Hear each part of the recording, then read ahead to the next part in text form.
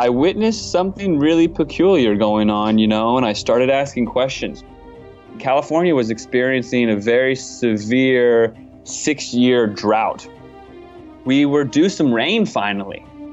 And I was out there in my rain boots with my raincoat on because we were expecting the storm. It was a 100% chance of rain for the next week. And these dark storm clouds were coming off the ocean. About a dozen planes showed up on the edge of the storm. I witnessed a grid pattern of plane after plane after plane lining the sky until it was a milky white haze. And then the storm came. The next day, the storm came, and it didn't rain. We didn't get a single drop of rain. I was a little distraught and confused.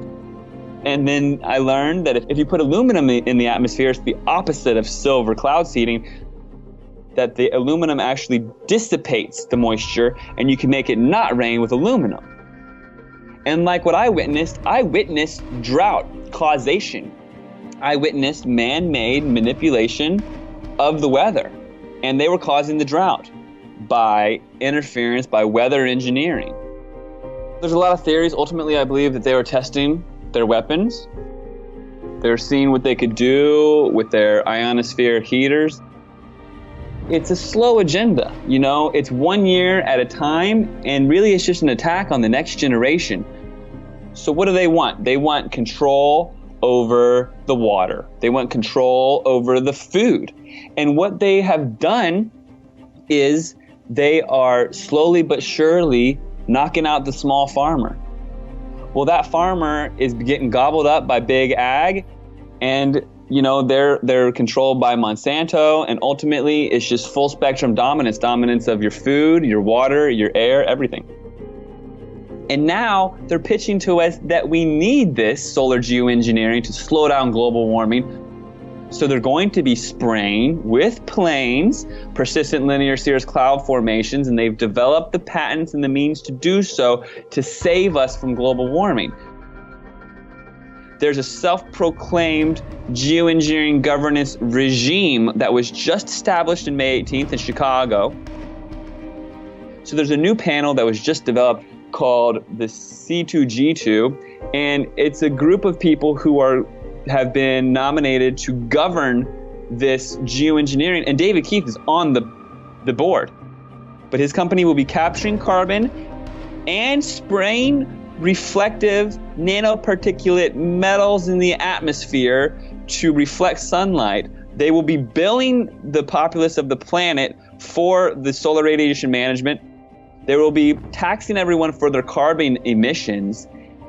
And we're supposed to be thankful for this, for them blocking out the sun, dictating who gets sunlight, when and where. But it's actually a diabolical agenda to have complete and total control over everything on Earth.